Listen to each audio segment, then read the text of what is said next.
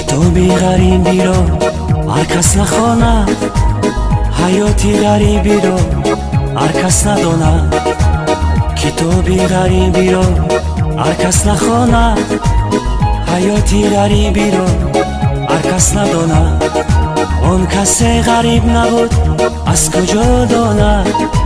اگر کی پرسان شوی فهمانده نداند. اون کسی غریب نبود از کجا داند؟ اگر کی پرسان شوی فهمانده نداند.